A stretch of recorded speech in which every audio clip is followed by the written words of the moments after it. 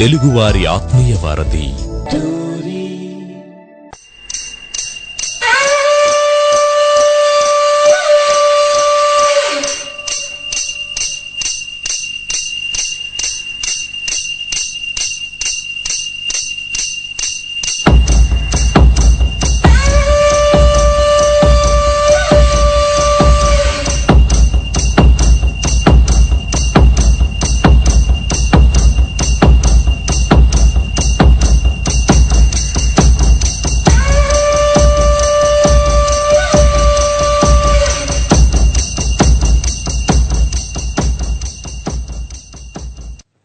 ఆత్మీయులందరికీ మీ radio సఖి జయ నమస్కారం. జయభేరి కార్యక్రమానికి స్వాగతం, సుస్వాగతం. హాంకాంగ్ లో ఇప్పుడు సమయం రాత్రి 9:07 ఇక్కడ వాతావరణం టెంపరేచర్ 19.8 డిగ్రీల సెల్సియస్ ఉంది. గాలుల తేమ 72% ఉంది. అలాగే ఈ రోజు మనం హైదరాబాద్ గురించి కూడా తెలుసుకుందాం. హైదరాబాద్ లో వాతావరణం ఇప్పుడు 30 డిగ్రీల సెల్సియస్ ఉంది. గాలుల తేమ 25% ఉంది. అయితే హాంకాంగ్ లో 72% గాలుల తేమ ఉన్నా కానీ రెడ్ ఫైర్ డేంజర్ వార్నింగ్ ఉంది. కాబట్టి హాంకాంగ్ ఆత్మీయులు వింటున్న వారు తగు జాగ్రత్తలు తీసుకోవాల్సిందిగా మనవి. మరి ఈ రోజు మనం అంతర్జాతీయ మహిళా దినోత్సవ వేడుకలు ప్రపంచవ్యాప్తంగా ఇంకా జరుగుతూనే ఉన్నాయి. అలాగే మనం కిందటి వారం జయభేరిలో మహిళా దినోత్సవం సందర్భంగా అద్భుతమైన వ్యక్తితో పరిచయం చేసుకున్నాం, అమీ గణాత్రా గారితో. అలాగే ఈ రోజు మహిళా దినోత్సవ పురస్కరించుకునే మనం ఈ రోజు కూడా మరొక అద్భుతమైన మహిళతోటి పరిచయం చేసుకోబోతున్నాం. మరి వారి పరిచయం చేసి వారితో మాట్లాడుకునే అవకాశం మీకు కల్పించాలనే వారిని ఇక్కడికి తీసుకురావడం జరిగింది. వారితో గనక మీరు కాల్ చేసి మాట్లాడాలి అంటే ఒకసారి ముందుగా నంబర్స్ చెప్పేస్తాను. మరి మనకి భారతదేశం నుంచి మీరు వాట్సాప్ కానీ కాల్ కానీ చేయగలిగిన నంబరు 9280866668. అలాగే టీమ్స్ ఐడి మనకి టోరీ రేడియో TORI RADIO. అలాగే మనకి టోరీ జీమెయిల్ అకౌంట్ ఉంది, torylive@gmail.com కి కూడా మీరు జీమెయిల్ చేయొచ్చు. మన భారతదేశ నంబర్ కి మీరు వాట్సాప్ చేయొచ్చు, అలాగే కాల్ కూడా చేయొచ్చు. అండ్ ఫేస్బుక్ లో నా పేరు మీద ఆర్జేజే అనే పేజ్ మీద ఈ రోజు కార్యక్రమం వివరాలు పెట్టడం జరిగింది. అక్కడ కూడా మీరు ఏమైనా చెప్పదలుచుకుంటే పెడితే చదివి వినిపించే ప్రయత్నం చేస్తాం. మరి ఈ రోజు మనతో పాటు ఉన్న అద్భుత వ్యక్తి ఎవరు అనేది ఫేస్బుక్ చూసిన వాళ్ళకైతే తెలిసిపోతుంది, కానీ చూడని వాళ్ళకి చెప్పాలి కదా. మరి వారి కోసం అని ఈ రోజు నేను పరిచయం చేయబోతున్న వ్యక్తి ఎవరు అంటే, ఆవిడ్ని చూడంగానే నేనైతే అమ్మ అని పిలుస్తున్నాను. ఆవిడ్ని ఇప్పటికీ అమ్మ అని అంటున్నాను. వారిని పరిచయం చేసుకోవడం నిజంగా నా అదృష్టం. ప్రపంచ తెలుగు సమాఖ్య, వరల్డ్ తెలుగు ఫెడరేషన్ వారు 2025 జనవరిలో మహాసభలు నిర్వహించారు. 3 రోజుల పాటు అద్భుతంగా వైభవంగా నిర్వహించారు. అక్కడ వీరి పరిచయం జరిగింది. వారు కూడా ఎంతో ఆత్మీయంగా పలకరించి ఓపిగ్గా ఆ 3 రోజులు వారు ఎంతో ఓపిగ్గా తిరుగుతూ అందరినీ చిరునవ్వుతో పలకరిస్తూ ఎంతో చక్కగా కార్యక్రమాలని ముందుకు సాగతీశారు. మరి వారిని పరిచయం చేసుకున్న అదృష్టం నాకు కలిగింది కాబట్టి వారిని మీ అందరికీ పరిచయం చేయాలని ఈ రోజు మన టోరీ జయభేరిలో తీసుకురావడం జరిగింది. వారి పేరు శ్రీమతి నార్నే విజయలక్ష్మి ప్రభాకర్ గారు. వీరు ఒక సామాజిక కార్యకర్త, సాంస్కృతిక ప్రచారకర్త, తెలుగు భాష, సంస్కృతి, సంప్రదాయాలకు వారు ఎంతో కృషి చేస్తూ సేవలు అందిస్తూ, అలాగే చేతి వృత్తుల ప్రచారానికి వారు చేస్తున్న కృషికి వారికి ఎంతో గొప్ప పేరు వచ్చింది. ప్రపంచ తెలుగు ఫెడరేషన్ ద్వారా హైదరాబాద్ కి వారు రీజనల్ చైర్పర్సన్ గా ఉన్నారనమాట. అలాగే వారికి హస్తకళలంటే ప్రాణం. మరి హస్తకళల పరిషత్తుతో కూడా వారి సంబంధం ఉంది. తద్వారా సాంస్కృతిక వారసత్వాన్ని కాపాడుకోవడంలోనూ కళాకారుల సంఘాలను ఆదుకోవడంలోనూ వారు చేస్తున్న సేవ మనం వివరించలేనిది, వర్ణించలేనిది. మరి ఈ వివరాలన్నీ మనం తెలుసుకున్నాం కదా. అసలు వారు ఈ సేవా కార్యక్రమాలు, ఇన్ని రకాల సేవా కార్యక్రమాలు ఎలా చేస్తున్నారు, కుటుంబ బాధ్యతలు ఎలా నిర్వహిస్తున్నారు అనే విషయాలన్నీ కూడా మనం తెలుసుకుందాము. మరి ముందుగా వారికి ఘనంగా స్వాగతం పలుకుదాం. అమ్మా, టోరీలో జయభేరి కార్యక్రమానికి మీకు ఘన స్వాగతం అమ్మా. నమస్కారం జయ గారు, చాలా చెప్పేశారు మీరు. అది ఎంతవరకు నేను నెరవేర్చగలుగుతున్నానో నాకు తెలియదు. అమ్మా, మీరు ఎన్ని చేశారు, చేస్తూ ఉన్నారు. అద్భుతం, అసలు చూస్తేనే చాలా ముచ్చటేస్తుంది, చాలా స్ఫూర్తిని కలిగిస్తున్నారు. మా అందరం కలిసి చేస్తేనే పనులు అవుతాయి కదా. చెప్పండి అమ్మా. మీరు అసలు మీరు ఎక్కడ చదువుకున్నారు అసలంటూ, మీరు వరల్డ్ తెలుగు ఫెడరేషన్ తోటి మీ అనుబంధం ఎలా మొదలైంది, హస్తకళల మీద మీకున్న అభిమానం ఏంటిది, ఆ తర్వాత మెల్లిగా ఇలా మాట్లాడదాము. సరే, మీరు అసలు ఎలా చదువుకున్నారు, ఎక్కడ చదువుకున్నారు, వరల్డ్ తెలుగు ఫెడరేషన్ తో మీ అనుబంధం ఎప్పుడు ఎలా మొదలైంది, కొంచెం వివరిస్తారా? నేను చిన్నప్పటి నుంచి మా తల్లిదండ్రుల దగ్గర లేనమ్మా, మా మేనత్త దగ్గర పెరిగాను. వారు ఉద్యోగరీత్యా వేరే వేరే ఊర్లు తిరగడంతో శ్రీకాకుళం దగ్గర నుంచి, హుజూరాబాద్ నుంచి, బళ్ళారి, ఇట్లా దాదాపు అప్పటి తెలుగుదేశం అంతా తిరిగాను. ఆంధ్రప్రదేశ్ అట్లా చిన్నప్పటి నుంచి చదివి 6వ క్లాస్ నుంచి నేను హైదరాబాద్ లోనే చదువుతున్నాను. తర్వాత విమెన్స్ కాలేజ్, కోటి విమెన్స్ కాలేజీలో నా డిగ్రీ చేశాను అనమాట. ఆ తర్వాత ఒక సోషల్ ఎంటర్ప్రినర్షిప్ కోర్స్ ఒకటి చేశాను. ఎందుకంటే ఇది చేతి వృత్తుల వారితో పనిచేస్తున్నాము అని చెప్పి ఏదైనా కొంచెం తెలుసుంటే బాగుంటుందని అది మొదలుపెట్టిన చాలా సంవత్సరాలకు చిన్న కోర్సు కూడా చేశాను. ఇది విద్యాపరంగా నేను చేసినది. ఇది కాకుండా నేను నా స్నేహితులు ఏదో చిన్న చిన్న కోర్సులు, కోచింగ్ అని, ఇంకేదో అని ఉన్నవన్నీ హైదరాబాద్ వల్ల ఉన్న కోర్సులన్నీ చేశాను. ఎందుకంటే పిల్లలు చదువుకు వెళ్ళిపోతే ఖాళీగా ఉండేవాళ్ళని డే టైం అంతా. ఆ నేను సద్వినియోగం చేసుకోవాలని వేరే వేరే నేర్చుకున్నాను. అది ముఖ్యంగా నా చదువు, నా పరిస్థితి అది. తర్వాత ఈ ప్రపంచ తెలుగు మహాసభలు, 2వ తెలుగు మహాసభలు హైదరాబాద్ లో నడిపారమ్మా. అప్పుడు నేను హాస్పిటాలిటీ దీనికి వైస్ చైర్పర్సన్ గా ఉన్నాను. హాస్పిటాలిటీ సబ్ మన మనోహర్ గారు చైర్పర్సన్ శక్తి హోటల్. మన దత్ గారు, మీకు తెలుసు కదా, వరల్డ్ తెలుగు ఫెడరేషన్ రావడమే పిఎల్ దత్ గారు, ఇందిరా దత్ గారు వారి కృషి మూలాన్ని ఇది మొదలైంది. అది లేకపోతే ఇది అయ్యే ప్రసక్తి లేదు. ఉన్నప్పుడు ఏదో దీని ప్రకారం తిరుగుతా హోటల్స్ ఎట్లా, అకామిడేషన్ ఎలాగో అని చెప్పి ఆ పనుల్లోనే మునిగి తేలుతా ఉన్నాను. తర్వాత అక్కడ డెకరేషన్ కి మా స్నేహితులు ఇద్దరు, లలిత ప్రసాద్ గారు, మీనాక్షి అని, డెకరేషన్ అంతా వాళ్ళకి అప్పగించారు.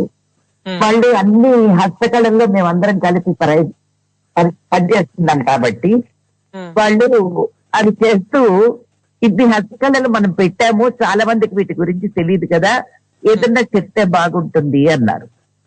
సరే, అప్పటికప్పుడు ఏదో రాసుకొని వాళ్ళు, అప్పుడు చీఫ్ గెస్ట్ గారు వస్తున్నారు, చంద్రబాబు నాయుడు గారు, చూసుకుంటూ ఒక్కొక్క కళ గురించి చెప్తా వచ్చాను అనమాట స్టేజ్ వెనక నుంచి. అది అలాగా నేను దీంట్లో ఇన్వాల్వ్ కావడము, దత్ గారితో, ఇందిరా దత్ గారితో క్లోజ్ అవ్వడము జరిగింది. వారికి హస్తకళల గురించి కూడా అందరికీ కొంచెం ఎక్స్ప్లెయిన్ చేయడం జరిగింది.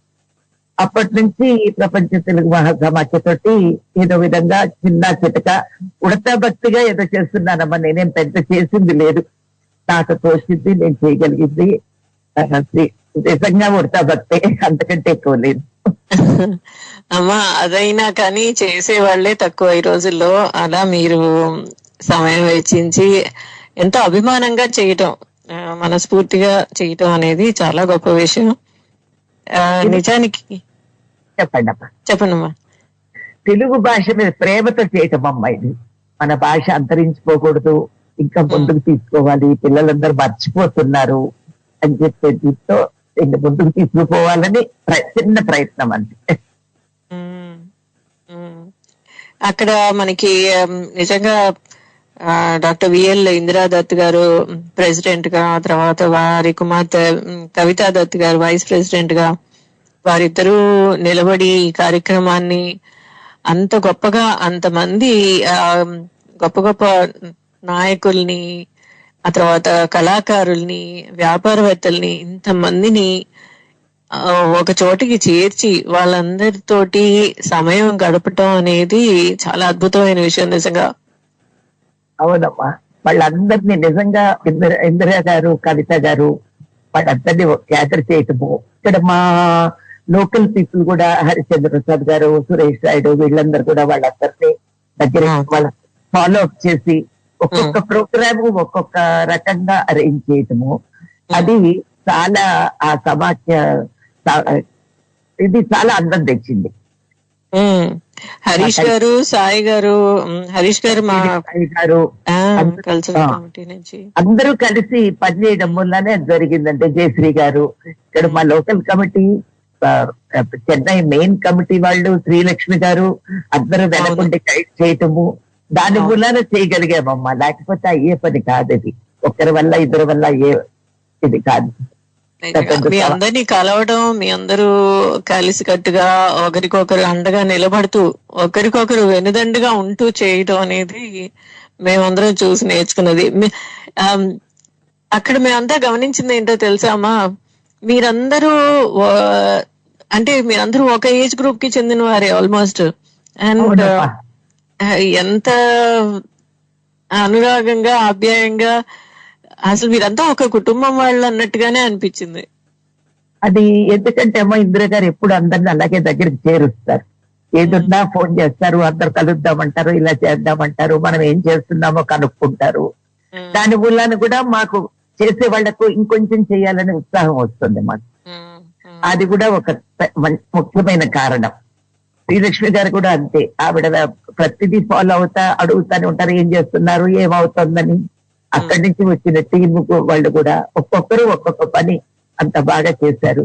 ఇక్కడ మా వాళ్ళందరూ ఎవరైతే ఏ పని తీసుకున్నారో వాళ్ళు సక్రమంగా నెరవేర్చగలిగారు. అందుకే అది చక్కగా జరిగినాయి. ఏ కాన్ఫరెన్స్ అయినా అంతేనమ్మా, అందరూ ఒక్కొక్క బాధ్యత తీసుకొని దాన్ని సక్రమంగా నడిపి ఏ రోజుకి ఆ రోజు కమిటీలో సంప్రదించుకొని ఇది జరిగిందా, ఈ రోజు లేదా అనేది. మేము మాకు సంప్రదాయ కళల్లో కూడా కొన్ని కాన్ఫరెన్స్లు నడిపాము. అవన్నీ ఇట్లా సక్రమంగా నడిచాయంటే అదే కారణం, టీమ్ వర్క్. టీమ్ వర్క్ లేని ఇది కాదమ్మా, ఒక్కరి వల్ల ఏ పనులు కాదు ఇది. అలాగే మన వరల్డ్ తెలుగు ఫెడరేషన్ నినాదం కూడా అదే కదా, సంఘీభావమే బలం అని. సంఘీభావం సగం బలం, పూర్తి బలం. అది సగం కాదు, పూర్తి బలం. అవును, సంఘీభావమే బలం. అమ్మా, ఇప్పుడు మా మెయిన్ హెడ్ క్వార్టర్స్ చెన్నైలో కదా. అవునమ్మా.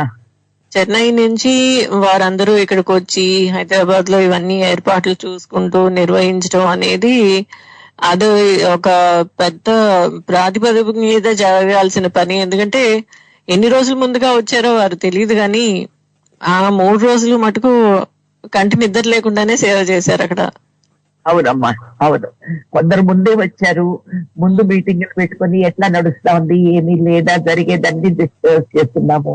ఇప్పుడు ఈ సాంకేతిక పెరగడం వలన ఒక విధంగా కొంచెం సులువైంది. మనం ఇక్కడ ఏం చేస్తున్నామని మీటింగులు పెట్టుకోవడానికి కానీ, ప్రయాణం చేయకుండా ఎక్కడ ఉన్న వాళ్ళం అక్కడుండి మన పనులు ఏమవుతున్నాయి చూసుకోవటానికి కానీ చాలా ఉపయోగపడింది. మా వయసుల్లో ఇప్పుడిప్పుడే నేర్చుకుంటున్నాం ఈ సాంకేతిక విజ్ఞానాన్ని ఎలా ఉపయోగించుకోవాలి అని. అవును, మన ఆత్మీయులకు ఒకసారి చెప్పాలి ఏంటంటే, మేము మాట్లాడుతున్న వరల్డ్ తెలుగు ఫెడరేషన్ ప్రపంచ తెలుగు మహాసభల గురించి ఇది 2025లో జనవరి 3, 4, 5 తేదీల్లో హైదరాబాద్ లో ఘనంగా జరిగిందనమాట. ఇది వరల్డ్ తెలుగు ఫెడరేషన్ వాళ్ళ 12వ ద్వైవార్షిక అంతర్జాతీయ తెలుగు మహాసభలు అన్నమాట. ప్రపంచవ్యాప్తంగా ఉన్న తెలుగు వారిని సంఘటితపరిచి వారిలో సోదర భావం, పరస్పర ప్రేమాభిమానాలు పెంపొందిస్తూ తెలుగు భాష, సాహిత్యం, సంస్కృతి, కళలు, సంప్రదాయ విలువలను, తెలుగు జాతి వారసత్వ సంపదను పరిపోషిస్తూ నేటి తరం మరియు భావితరాలకు అందించడానికి తగిన సమావేశాలు, చర్చలు, సమాలోచనలు, కళా ప్రదర్శనలు నిర్వహిస్తూ ఈ ప్రపంచ తెలుగు సమాఖ్య తెలుగు వారిలో సృజనాత్మక పరస్పర సహకార భావం పెంపొందేలా ఒక విశ్వవేదికను కల్పిస్తూ విశ్వవ్యాప్తంగా తెలుగు జాతి వ్యాపారాభివృద్ధికి, తద్వారా సామాజిక ఆర్థిక అభివృద్ధికి తన వంతు కృషి చేస్తూ సంఘీభావమే బలం అన్న నినాదంతో నిరంతరం తెలుగు జాతి పురోగతికి పాటుపడుతున్న విశ్వవ్యాప్త తెలుగు జాతి సమైక్య వేదిక ప్రపంచ తెలుగు సమాఖ్య. అదనమాట. జనవరి 2025లో ఆ 3 తేదీల్లో 3, 4, 5 తేదీల్లో నేను హైదరాబాద్ లో ఉండి ఆ 3 రోజులు అక్కడ ఉదయం వెళ్తే రాత్రి వరకు అక్కడ ఉండి వారు అందించే ఇటువంటి అన్ని సమాలోచనలే కాకుండా, అద్భుత విషయాలు, అద్భుత వ్యక్తుల పరిచయాలే కాకుండా కడుపు నిండా అచ్చమైన తెలుగు భోజనాన్ని పెట్టి ఎంతో ఆత్మీయంగా వచ్చిన వేల కొద్ది అతిథుల్ని చూసుకున్నారు. అది మటుకు అమ్మ హ్యాట్స్ ఆఫ్.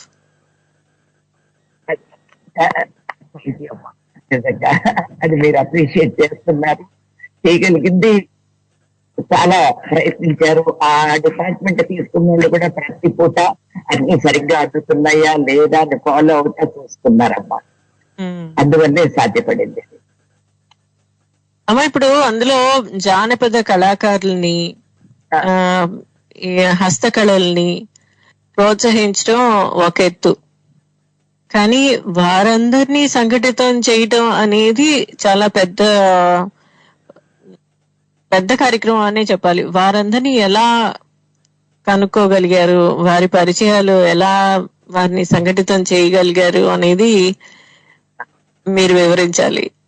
ఇప్పుడు జానపద కళలన్నీ సాయి గారు ఎక్కువ ఈ కళా సంఘాలతోటి వారికి చాలా కనెక్షన్ ఉందమ్మా. ముందు నుంచి కూడా వారు వీళ్ళందరితో ప్రోగ్రాంలు చేయటము, అది చేయించటము, మన ప్రపంచ మహాసభలు ఎక్కడ జరిగినా కూడా వీళ్ళని ఒక గ్రూపుల్లాగా తీసుకురావటము, వాళ్ళల్లో ఎవరికి అవసరం ఉంది, ఎవరికి ఆర్థిక సహాయం అవసరం ఉంది అనేది తెలపటము చేస్తారమ్మా. అలా సాయి గారు వారి కింద ఆ టీం అంతా అవన్నీ తీసుకున్నారు.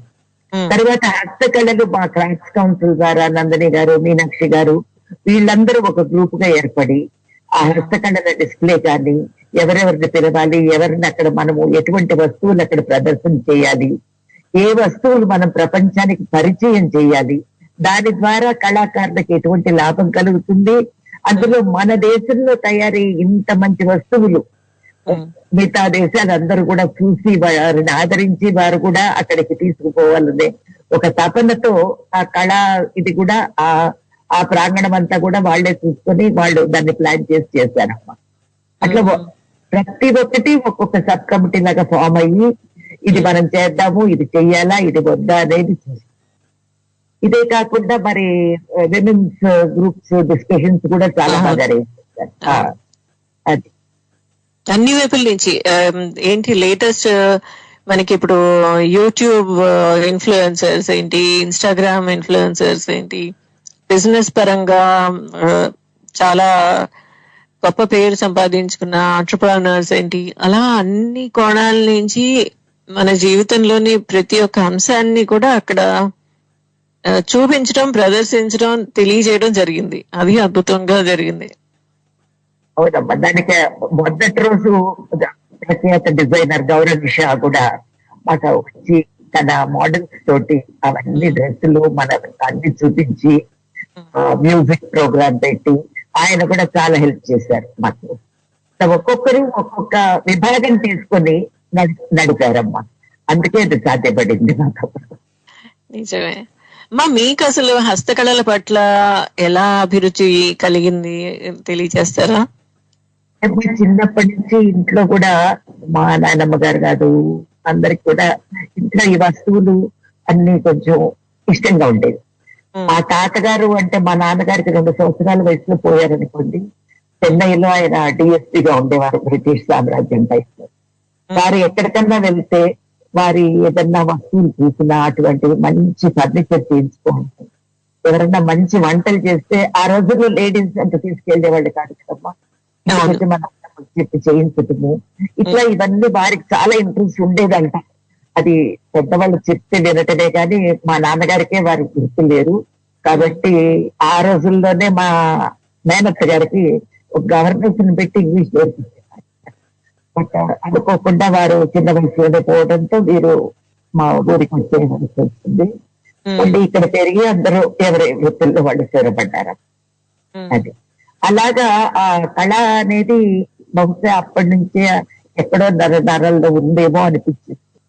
తరువాత మళ్ళీ మేము చదువులయ్యి పెళ్లిళ్ళయ్యి పిల్లలు చదువుకునే వరకు వేరే ఏమి చేయలేదు.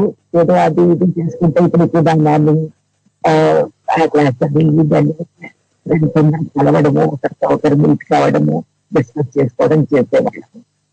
తర్వాత ఈ హస్తకళ సిసిఐ అనేది మాది మన భారతదేశంలో మెయిన్ ఇదన్నమాట.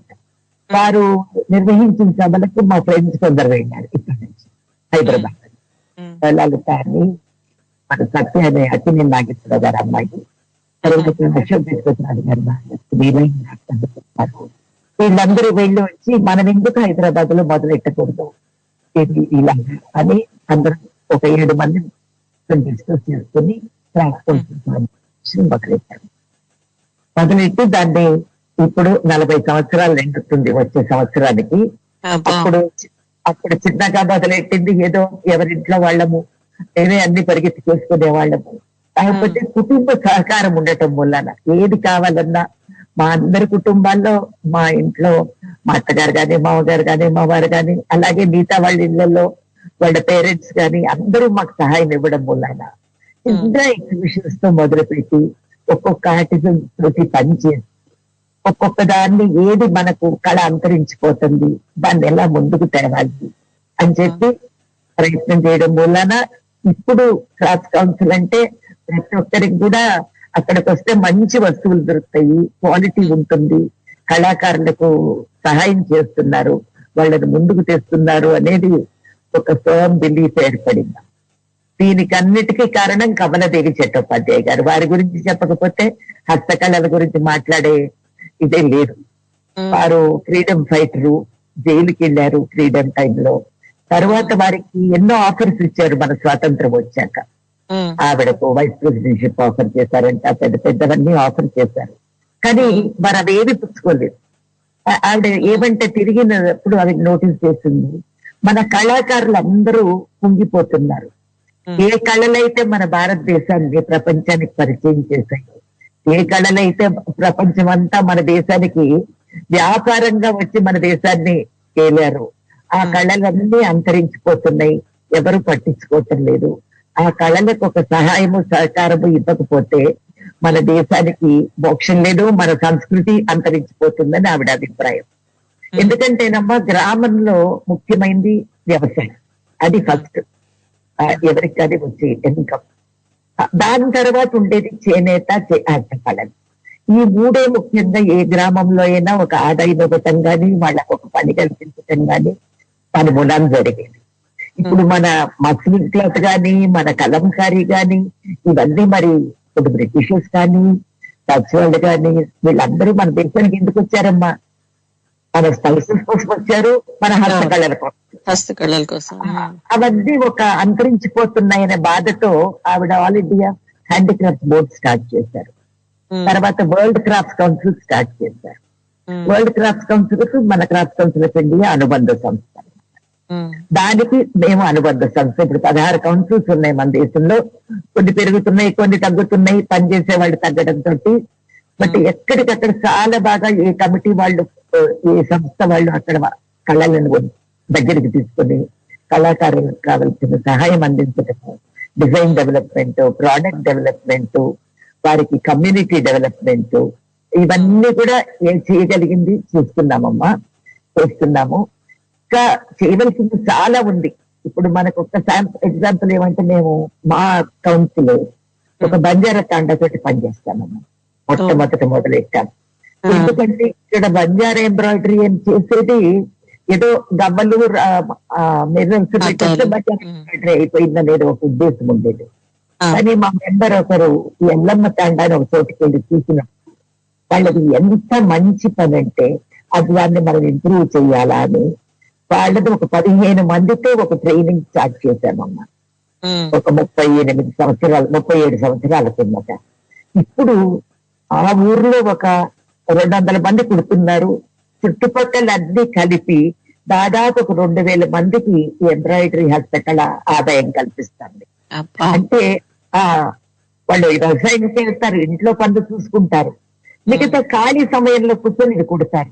అందులో వాళ్ళు కుట్టి చూస్తే ఎంత ముచ్చటేస్తుందంటే, ఒక డిజైన్ ఉండదు, గీయడం లేదు, చుట్టూ కూర్చొని మాట్లాడుకుంటా సూది నడిచిపోతా ఉంటుంది. చక్కగా అందమైన వస్తువులు తయారైపోతుంటాయి. అది వాళ్ళకు జన్మతా వచ్చింది ఆ కళ. దాన్ని మనం ప్రపంచానికి పరిచయం చేసే భాగ్యం మా క్రాఫ్ట్స్ కౌన్సిల్ కి దక్కింది. అలాగా సిల్వర్ ఫిలిగ్రీ ఇంకోటి. మేము కౌన్సిల్ స్టార్ట్ చేసినప్పటికీ సిల్వర్ ఫిలిగ్రీ దాదాపు అంతరించిపోతాం. ఎందుకంటే వెండి ధర ఎక్కువ. పూర్వకాలంలో పెద్ద పెద్ద వస్తువులు చేసేవాళ్ళు, అది కాపాడుకునే శక్తి తగ్గింది, ఇళ్ళు చిన్నవైపోయాయి. అటువంటప్పుడు మాకు కొందరు వచ్చి, అమ్మ మేము పెళ్లికి ఇది ఇవ్వాలి, అది చెయ్యాలి, మీరు హెల్ప్ చేయగలరా అంటే, అప్పటికి ముగ్గురు ఉన్నారమ్మా. ఆర్టికల్స్ ఇంత వయసు అయిపోయింది. సరే వాళ్ళకి వెండిచ్చి ఇట్లా అమ్మగారికి ఆర్డర్ చేయండి, ఇది పెళ్లికి ఉంది చేస్తాను. కానీ దురదృష్టవశాత్తు ఒక అతనేమో అసలు కనిపించలేదు, ఒక ఇతను పాపం కూతురు పెళ్లికి ఏదో వాడుకోవాల్సి వచ్చింది. ఇట్లా ఏదో ఇబ్బందులు, వాళ్ళని ఏమనే దానికి లేదు, ఎందుకంటే వాళ్ళకి వచ్చే ఆదాయం తగ్గిపోయి చాలా ఇబ్బందుల్లో ఉన్నారు. అప్పుడు ఇంకా నేను కూర్చొని ఆలోచించింది, ఏం చేయాలి, ఈ కళను ఎలా తీసుకురావాలి అని. ఏపీహెచ్డిసి వారి స్విఫ్ట్ వాళ్ళని కూర్చొని మాట్లాడి చిన్న వస్తువులు తయారు చేయించడం మొదలు పెట్టాను. చిన్న వస్తువులు తయారు చేసి ఒక ఎగ్జిబిషన్ పెడితే అది ఉదయం మధ్యాహ్నం లంచ్ టైం మొత్తం అమ్ముడుపోయింది. సాయంత్రానికి ఒక 3 నెలలకు ఆర్డర్ బుక్ వచ్చింది. బుక్ రాతి తెలుసు పెద్దోళ్ళ కాక తర్వాత ఇప్పుడు కరీంనగర్ కు వెళ్తే ఎక్కడికి వెళ్ళినా పనిచేస్తుంటారు, లేడీస్ పనిచేస్తున్నారు, జెంట్స్ పనిచేస్తున్నారు. ఇప్పుడు మన మోదీ గారు కాదు, చంద్రబాబు నాయుడు గారు కాదు, రేవంత్ రెడ్డి గారు కాదు, ఎవరికన్నా గిఫ్ట్స్ ఇవ్వాలి అంటే సిల్వర్ ఫిలిగ్రీకే చూస్తారు. ఇప్పుడు అంత ప్రపంచ ప్రఖ్యాతి చెందింది మన కరీంనగర్ సిల్వర్ ఫిలిగ్రీ. అంతరించిపోకుండా దాన్ని కాపాడుకోగలిగాను. ఇలాగ ఎన్నో ఉన్నాయి. బాగుంది.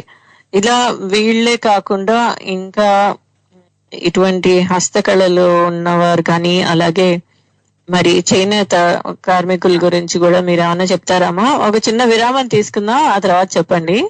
ఎందుకంటే మన వింటున్న టోరీ ఆత్మీయులు కూడా చాలా మంది చేనేత కళలు ఉన్న వాళ్ళు ఉన్నారు. వాళ్ళు కూడా ఇవి తెలుసుకుంటే మిమ్మల్ని ఎలా వాళ్ళు వచ్చి మీ పరిచయం ద్వారా వాళ్ళు ఏ విధంగా లాభం పొందొచ్చు అనేది వాళ్ళకు కూడా అర్థం అవుతుంది.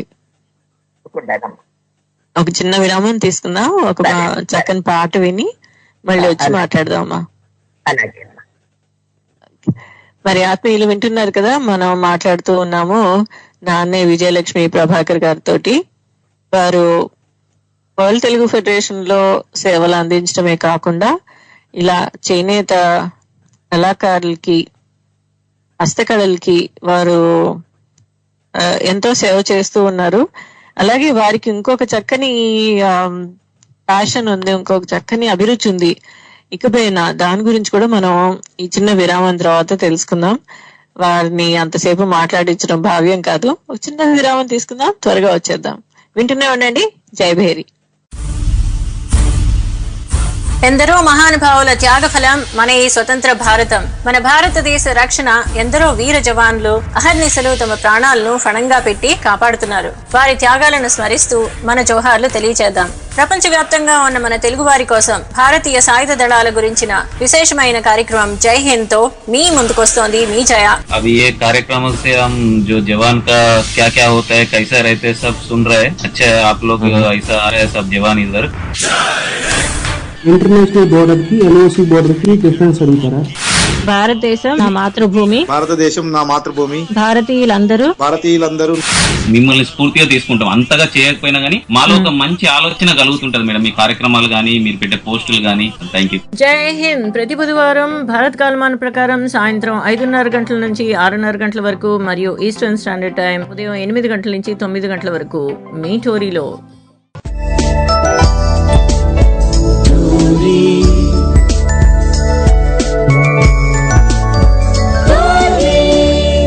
తెలుగువారి ఆత్మీయ వారధి. జైభీరి కార్యక్రమానికి పునః స్వాగతం అండి. అమ్మా విజయలక్ష్మి గారు, మీకు కూడా స్వాగతం అమ్మా. నమస్కారం. దాంట్లో మునిగిపోయాను నేను. మీకు నచ్చిన పాట మరి తప్పదు కదా, మీకు నచ్చిన పాట మనందరికీ ఆత్మీయ దైవం కదమ్మా. మీరు ఆనందించారు, చాలా సంతోషం అమ్మా. మనం ఇందాక మాట్లాడుకుంటూ ఉన్నాము వీవర్స్ గురించి, అలాగే హస్తకళలు, హ్యాండీక్రాఫ్ట్స్ గురించి. ఎటువంటి వీవర్స్ ఎటువంటి ప్రాంతాల నుంచి మీకు అందుబాటులో ఉన్నారమ్మా ఇప్పుడు? మనకు అన్ని చోట్ల నుంచి మనం వీవర్స్ తో వర్క్ చేస్తామమ్మా మా కౌన్సిల్ ద్వారా. ఆ కౌన్సిల్ కన్నా ముందు నేను హైదరాబాద్ లో ఫస్ట్ హ్యాండ్లూమ్ బూటిక్ మొదలు పెట్టున్నాను. దాని ద్వారా కూడా నాకు చాలా మంది వీవర్స్ పరిచయం ఉన్నారు. ఇప్పుడు మా కౌన్సిల్ ద్వారా పుట్టపాకలో మేము ఒక క్లస్టర్ గ్రూప్ స్టార్ట్ చేశాము. షెడ్ ఒక 8 లూమ్స్ పెట్టి అక్కడ వాళ్ళకన్నీ వీవర్స్ ఒక 300 మంది మెంబర్స్ అమ్మా. దాంట్లో వాళ్ళకి కావాల్సిన అవసరాలు ఇవన్నీ చూస్తున్నాము. దాంట్లో కూడా ఇంకొక డై షెడ్ కట్టాల్సింది ఉంది, ఇంకా ముందుకు తీసుకోవాల్సిన అవసరం ఉంది. చేనేత వారికి ఏంటంటేనమ్మా, పాపము ఒక చేనేత కార్మికుడు నేస్తున్నాడంటే కేవలం అతనే కాదు, ఇంట్లో ప్రతి ఒక్కరూ పని చేయాల్సి వస్తుంది. భార్య పని చేయాలి, పిల్లలు పని చేయాలి, పెద్దోళ్ళు చేయాలి. ఒకరు రంగద్దితే, ఒకరు ఆసిపోస్తే, ఒకరు దారం పొడిగితే, అట్లా మొత్తం కుటుంబం పనిచేస్తే గానీ ఒక్క చీర తయారు కాదమ్మా. కానీ మనమేమో ఆ ఒక్క చీరకు ఇంత ధర అని అనుకుంటాం, కానీ పిల్లులో బోల్డ్ వచ్చేస్తాయి, వాటికి ఇంత తక్కువ ధర కదా అనుకుంటాం. కానీ చేనేత చీరలో ఉండే సుఖము, చేనేత చీరలో ఉండే ఇది వేరే దాంట్లో రాదు. వాళ్లకు మనము ఇవ్వగలిగిన సహాయం ఇవ్వగలిగితే ఎంతో బాగుంటుందని మేము రెగ్యులర్ గా ఎగ్జిబిషన్లు పెడతామమ్మా. వారిని పిలుస్తాము. వారికి ఎక్కడన్నా మన ఆంధ్రదేశంలో ప్రతి ఒక్క ఊర్లో ఒక రకమైన చేనేత ఉంది. తెలంగాణలో కూడా అంతే. పుట్టపాక, కొండపల్లి, కొత్తకోట, గద్వాలు, కొల్లబాబు చీరలు, సిద్దిపేట చీరలు, ఇవన్నీ తెలంగాణలో, నారాయణపేట ఇవన్నీ ఉన్నాయి. ఆంధ్రప్రదేశ్ లో బండార్లంక, పేటేరు, మన వెంకటగిరి, మంగళగిరి. వెంకటగిరి అయితే ఆ వెంకటగిరి ఎంత ప్రసిద్ధి చెందిందో నేను చెప్పలేను.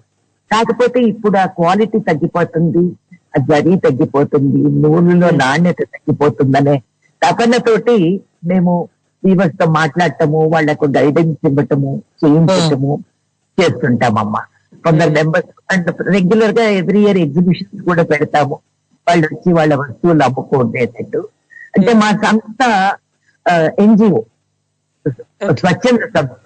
ఎక్కడ ఎవరి దగ్గర ఏమి మేము మెంబర్స్ ఏమీ ఉండదు. మనం మెంబర్షిప్ కట్టి మనం ఖర్చు పెట్టుకొని మనం పని చేయటమే. కాబట్టి వాళ్ళని పిలిచి వాళ్ళు వచ్చి అమ్ముకొని వాళ్ళ వస్తువు వాళ్ళు సేల్ చేసుకొని వెళ్ళేదానికి వాళ్ళకి కావలసిన పబ్లిసిటీ, ప్రాముఖ్యత ఇచ్చేటట్లు చేసేది మా బాధ్యత. అందరికీ దాని గురించి తెలియదు. ఇట్లా చేనేతలకు చాలా సపోర్ట్ చేస్తున్నామమ్మా. అది కాకుండా ఇప్పుడు స్కూల్స్ లో కూడా రాష్ట్రీయ ఆకృతి స్కూల్ ఉంది. అక్కడ అంటే అది ఆయన ఒక ఎన్జిఓనే. మన మూగా అటువంటి వారికి చాలా మందికి ఫ్రీగా చదువులు చెప్పించడం వచ్చేస్తుంటారు. అక్కడ పోయిన సంవత్సరం మేము ఒక మగ్గం పెట్టామమ్మా. మగ్గం పెట్టి పిల్లలకు ట్రైనింగ్ ఇస్తున్నాము. సో ఈ 16 క్లాసుల్లో వాళ్ళు ఒక 10 మీటర్ల బట్టను వేశారమ్మా. ఆ పిల్లలు చక్కటి బట్టను వేశారు. సో దాన్ని ఇంకా ముందుకు తీసుకుపోవాలని చూస్తున్నాము. అలాగే వేరే కళల్లో కూడా ట్రైనింగ్ ఇస్తున్నాము. కలంకారీ, ఇప్పుడు కలంకారీ కూడా మనకు కెమికల్ రంగులు ఇచ్చాక చాలా మన ప్రకృతి రంగులన్నీ మూతపడిపోయేది. దాన్ని మళ్ళీ ముందుకు తీసుకురావాలి. ఆ డైయింగ్ లో కూడా వర్క్ షాప్స్ నడుపుతున్నాము.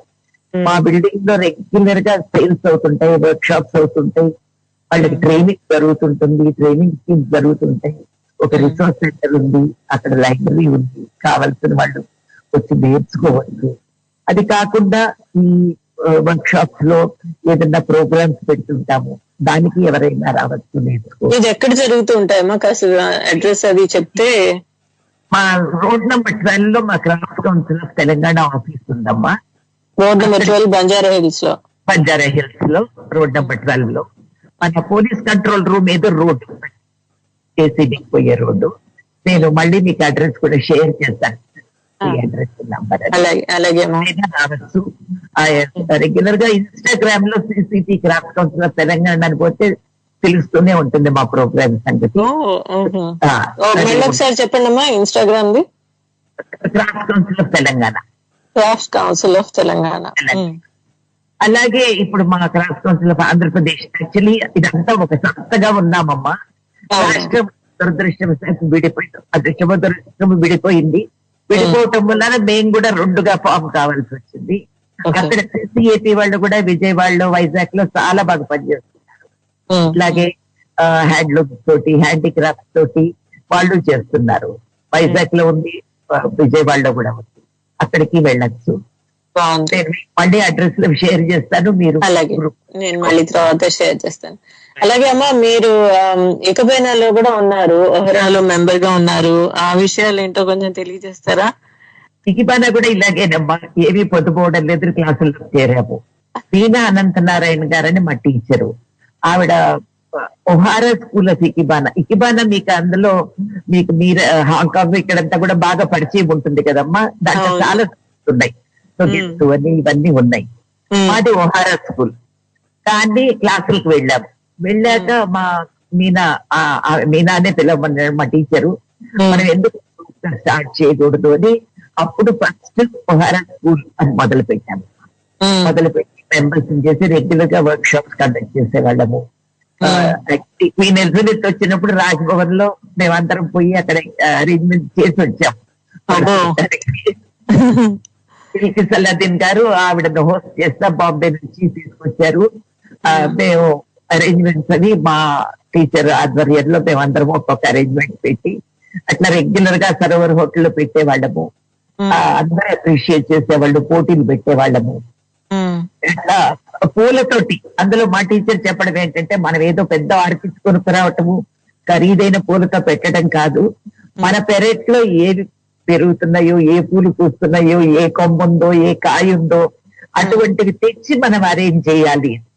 ఆవిడ దృష్టిలో ఒక పండిపోయిన ఆకు కూడా చక్కటి అరేంజ్మెంట్ చేయొచ్చు మనం. ఒక దానిమ్మ కొమ్మ పళ్ళతో కూడా ఒక దానిమ్మ కొమ్మ కూడా అరేంజ్ లో పెట్టచ్చు. అది మన దృష్టిలో ఉంటుంది, మన కళా దృష్టితో. కాబట్టి అది మనసుకు ఒక సంతోషం ఇస్తుంది. అరేంజ్మెంట్ చేసేటప్పుడు ఇంకా వేరే లోకం గుర్తుండదు మనకి. అది చక్కగా వచ్చిందని మా టీచర్ మెచ్చుకుంటే ఇంకా సంతోషం అది. అవును కదా. ఇప్పుడైతే అంత నేను యాక్టివ్ గా లేను, బట్ మా మెంబర్స్ ఇప్పుడు చాలా బాగా ముందుకు పోయారు. ప్రతి చోట కాన్ఫరెన్సెస్ అటెండ్ అవుతున్నారు. అందరూ గ్రాండ్ మాస్టర్స్ అయ్యారు. దానికి మేము ఎగ్జామ్స్ రాయాలి. నేను బేసిక్ అడ్వాన్స్ చేసి దాంతో కొంచెం నిలిపేయాల్సి వచ్చింది ఇంటి బాధ్యతల మూలన. బట్ వాళ్ళ గ్రాండ్ మాస్టర్స్ చాలా మంది ఉన్నారు, మాస్టర్స్ చాలా మంది ఉన్నారు. ఇప్పుడు జపాన్ నుంచి మా గ్రాండ్ మాస్టర్ వచ్చి మాకు రెగ్యులర్ గా అప్పుడప్పుడు వచ్చి ఇక్కడ డెమాన్స్ట్రేషన్స్ ఇస్తున్నారు. ఇవన్నీ జరుగుతాయమ్మా. స్కూల్ అనేది సౌందర్యమైన ఇది అది. అవును. ఇప్పుడు ఈ ఇకబైనా కోర్సెస్ కూడా మీ ఒహారా ద్వారా అందుబాటులో ఉన్నాయి కదా. మన వాళ్ళు నేర్చుకోవాలి, చేరాలి అంటే హైదరాబాద్ లో ఎక్కడ ఉందండి? హైదరాబాద్ లో టీచర్స్ చాలా మంది ఉన్నారమ్మా. ఇప్పుడు చెప్పాను కదా, మెంబర్స్ అందరూ టీచర్స్ అయ్యారు. వాళ్ళ నంబర్ కూడా నేను షేర్ చేస్తాను, మెయిన్ నంబర్ షేర్ చేస్తాను. అక్కడ మీకు నేను ఎవరెవరు చేస్తున్నారు ఏమి అని చెప్పి చెప్తారమ్మా. ఇప్పుడు మీరు సర్టిఫికేట్ కోర్స్ మొదట్లో చేసా అన్నారు, అది చేయడానికి ఎంత టైం పట్టింది మీకు? అది 3 నెలల కోర్స్ అమ్మా. 3 నెలల కోర్స్ చేసి మా టీచర్ ఎగ్జామ్ పెడతారు. అది పాస్ అయితేనే మనకు మళ్ళీ అది జపాన్ కి వెళ్తుంది, వాళ్ళు ఒప్పుకోవాలి. జపాన్ నుంచి మాకు సర్టిఫికేట్స్ వచ్చాయి. సో సర్టిఫికేషన్స్ అన్ని కూడా జపాన్ నుంచే అవుతాయి? అన్ని జపాన్. ఇక్కడ లోకల్ మనము దాన్ని కండక్ట్ చేస్తాము. ఎవరు ఎలిజిబుల్, ఎవరు కాదు, ఎవరు చక్కగా చేస్తున్నారు, చేయగలరా లేదా, ఇవన్నీ అయ్యాక ఇక్కడి నుంచి అక్కడికి పోతుంది, అక్కడి నుంచి మనకు వస్తుంది. అట్లా 2 సర్టిఫికెట్లు ఉన్నాయి నాకు. కాకపోతే ఇప్పుడు అంటుంటాను, నేను ఏం పెట్టడం లేదు, మా మీనా ఎక్కడి నుంచో చూసిందంటే నాకు లాగేసుకుంటారేమో అని నవ్వుతుంటాను. లేదు కానీ ఆ దృష్టి ఆ పర్సెప్షన్ ఒక మనిషిలో ఉంది అంటే అది మిగతా మీరు చేసే మిగతా పనులలో కూడా దాని రిఫ్లెక్షన్ కనిపిస్తూ ఉంటుంది, ఆ సౌందర్యం అక్కడ కూడా కనిపిస్తూ ఉంటుంది. అది మన ప్రతి ఒక్క స్త్రీలు ఇప్పుడు వెబిన్స్ డే అన్నారని చెప్తున్నాను నేను. వెబిన్స్ డే ప్రత్యేకంగా ఒక రోజు నడపాల్సింది లేదమ్మా, ప్రతిరోజు మన రోజు. అండ్ ప్రతి స్త్రీలో ఈ సౌందర్యము, కళా పోషణ, మనం ఇంటి ముందు పొద్దున్నే ముగ్గేసే దాంట్లో ఎంత అందం ఉందమ్మా. మన తల నూకోవడం గాని, మనం బొట్టు పెట్టుకోవడం గాని, మన చీరలు ఏదైనా కుట్టుకోవటం గాని, మనం చేసిన వంట అందంగా పెట్టి వడ్డించటం గాని, ఇది ఒక కళా పోషణే కదమ్మా. అది బాగుందమ్మా. మీరు ఈ రోజు సమయం తీసుకుని ఇన్ని విషయాలు చెప్పారు, అద్భుతంగా. మీరు ఇన్ని రంగాల్లో మీ ప్రవేశం ఉంది, మీ అనుభవం ఉంది, ఇంకా ఇంకా తెలుసుకుని నేర్చుకోవాలని అనిపిస్తుంది. ఈసారి వచ్చినప్పుడు తప్పకుండా హస్తకళల ప్రదర్శనలు కానీ లేదా ఎక్కడన్నా వర్క్ షాప్స్ జరుగుతూ ఉంటే వచ్చి చూడాలని అనిపిస్తోంది. ఈసారి తప్పకుండా తీసుకెళ్తాను, చూపెడతానండి మీకు. బాగుందమ్మా. మీరు ఇప్పుడు అన్నారు మహిళలకి ప్రతిరోజు మహిళా దినోత్సవం అని అన్నారు. అలాగే ఇప్పటి యువతరానికి మీరు ఇచ్చే సందేశం ఏమన్నా ఉందామా? యువతరానికమ్మా నేను ఇచ్చేది ఏమంటే, ఎంతసేపు నాది నేను అనుకోకుండా మన ఆఫీస్ లో కానీ, మన ఇంట్లో కానీ, మన వివాహమైనా కానీ, స్నేహితులతో కానీ మనది మనం చేస్తున్నాము అని అనుకుంటే ఇక్కడ ముందుకు పోవటానికి ఆస్కారం ఎక్కువ ఉంటున్నాం. ఒక్కొక్కరిలో ఒక్కొక్క ప్రతిభ ఉంటుంది, అది మనం గుర్తించాలి. మన స్నేహితురాలు ఒక చక్కగా ఇప్పుడు ఇకుబానా ఒకరు బాగా చేస్తారు, ఒకరు కుట్టు బాగా చేస్తారు. దాన్ని మనం అప్రిషియేట్ చేసి ఇది ఇంత బాగుంది నువ్వు చేసిందంటే అదొక సంతోషం. అది మనలో ఆత్మీయత, అనుబంధం పెంచుతుంది. అంతేగాని ఇది నేనే గొప్పగా చేస్తున్నాను ప్రతి ఒక్కటి అనుకుంటే మాత్రము మనకు సంబంధ బాంధవ్యాలు తగ్గిపోతాయి. కాబట్టి మనము మన వాళ్ళు అని మనం ముందుకు పోతే ప్రతి ఒక్కళ్ళు నవతరం మరి చాలా బాగుంటుందని నా ఉద్దేశం అమ్మా. చాలా మంచి విషయం చెప్పారమ్మా.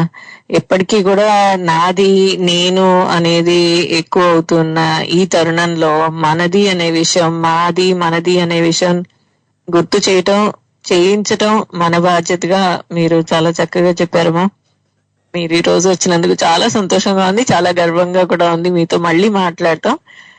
మీరు ఇటువంటి ఇది ఏదైనా అపాయింట్మెంట్ చేసుకుపోతుంటాను. మీరు అన్నారు సరిగ్గా చెప్పానో తప్పు చెప్పానో నాకు తెలియదు, ఏదైనా తప్పులుంటే మన్నించాలి అందరూ. లేదమ్మా, చాలా చక్కగా చెప్పారు. ఇన్ఫాక్ట్ అసలు ఈసారి వచ్చినప్పుడు మీతో కూర్చుని వీడియోలోనే మాట్లాడడం, హాయిగా అక్కడ ఎదురుకుండా మీతో పాటు కూర్చుని వీడియోలో చేద్దాం. అలాగేనమ్మా. ఈ రోజు మీరు సమయం తీసుకుని వచ్చినందుకు మీకు చాలా చాలా ధన్యవాదాలమ్మా. మీ ఆశీస్సులు ఇలాగే ధన్యవాదాలు నాకు అవకాశం ఇచ్చిందానికి. సెలవు అమ్మా. నమస్కారం. నమస్కారం అమ్మా, అందరికీ నమస్కారం. నమస్కారం. మరి మనతో పాటు ఇప్పటి వరకు ఎంతో హాయిగా ఆత్మీయంగా మాట్లాడారు శ్రీమతి నాట్నే విజయలక్ష్మి ప్రభాకర్ గారు. వీరు నాకు ప్రపంచ తెలుగు సమాఖ్య సదస్సుల్లో జనవరి 2025లో పరిచయం అవటం జరిగింది. వారు ప్రాంతీయ కమిటీ చైర్పర్సన్ గా హైదరాబాద్ లో తమ సేవలను అందజేస్తూ వారి అభిరుచుల్ని మనం ఇప్పుడు తెలుసుకున్నాం కదా. వారు craft council of Andhra Pradesh and తెలంగాణలో తమ సేవలు అందజేస్తూ ఉన్నారు. అలాగే ఒహారా స్టడీ సర్కిల్ ఆఫ్ ఇకబైనాలో కూడా వారు సభ్యురాలుగా తమ సేవలను అందజేస్తూ ఉన్నారు.